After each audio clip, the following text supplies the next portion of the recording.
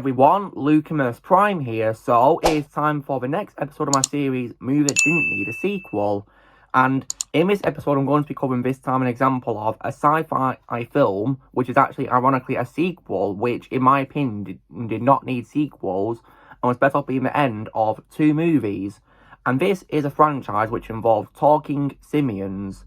And this film, which in my opinion did not need sequels, is none other than 1970's Beneath the Planet of the Apes. So, now you guys are probably going to ask me, of course, what are my thoughts on the first two films then. So, I definitely really love the first movie, Planet of the Apes, released in 1968. Definitely, in my opinion, a really amazing old film, which in my opinion stands the test of time because I think it holds up really well. And so far, it has my favourite role, Charlton Heston of all time, and also from Roddy McDowall as well, who plays, of course, the ape Cornelius. And I definitely think it was a great film and a great start to this franchise. Then I also saw this sequel, and I thought the sequel was, in my opinion, really good. Not as good as the first one, in my opinion, but I still think it was really good nonetheless. And I've also as well had a really good time as well before watching these two films because I of course had the privilege of watching the reboot trilogy, and I watched all three films at the cinema, and I thought they were all, in my opinion, really good movies. And my personal favourite ape movie of all time is Dawn of Planet of the Apes, which is definitely, in my opinion, and for me, the best one. I think it's an absolute masterpiece. I love Dawn of Planet of the Apes very much. Definitely my personal favourite of a franchise. And even as well to this day, after I've seen the original first two films. Now, on the topic of why, in my opinion, Beneath Planet of the Apes did not need sequels, it's simply because the ending makes the idea of sequels impossible. And if you guys have seen this film, then you'll definitely know why I'm saying that, because at the end of the movie, of course, Taylor, Charlton Heston's character, is mortally wounded after being shot, and he then curses, of course, Zaius as he collapses and dies, but he brings his hand down on a bomb's red crystal detonation switch, and this bomb goes off, destroying the entire planet of Earth.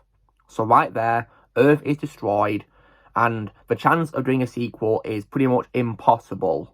So, with Earth gone, I don't even see a point of doing any sequels at all to begin with. Like, why should we have done sequels when there's no planet?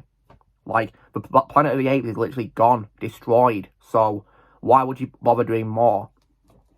But unfortunately, however, despite this ending completely stopping the chance of doing any sequels, we somehow did get a third film.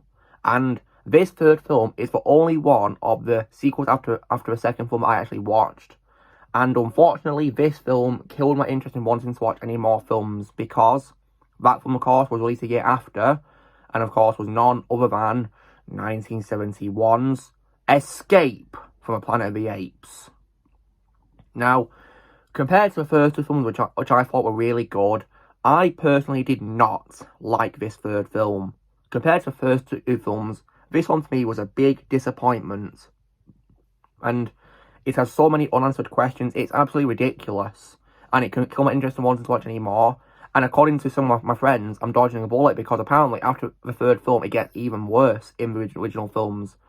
And it makes me very, very glad that I'm not wanting to watch any more, because after seeing this third film, I don't want to see any more of the original films, no chance. And it's also because I also have no plans to see Tim Burton's remake either, because I heard that unfortunately Tim Burton got screwed over when making that remake, so I feel bad for Tim Burton. And I don't want to end up watching a film, because what if I end up disliking it, and I don't want to badmouth Tim Burton, so exactly, I don't want to watch it.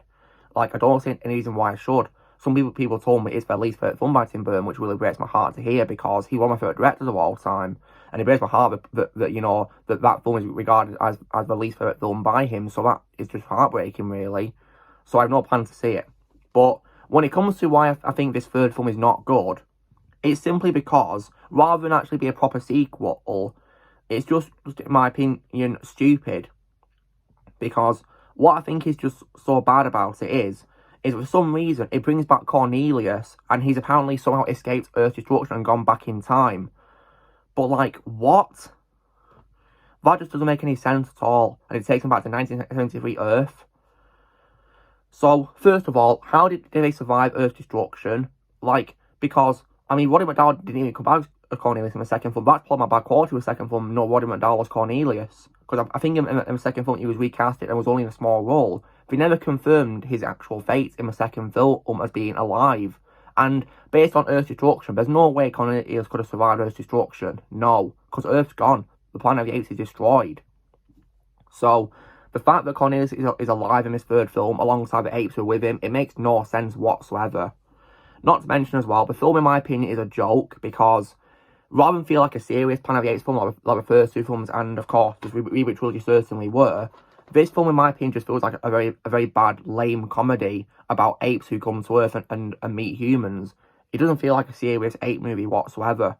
Like, even Rise of the Planet of the Apes got the idea of an ape being a human pet portrayed a lot better than this, in my opinion, whereas this one, in my opinion, was just a joke in comparison.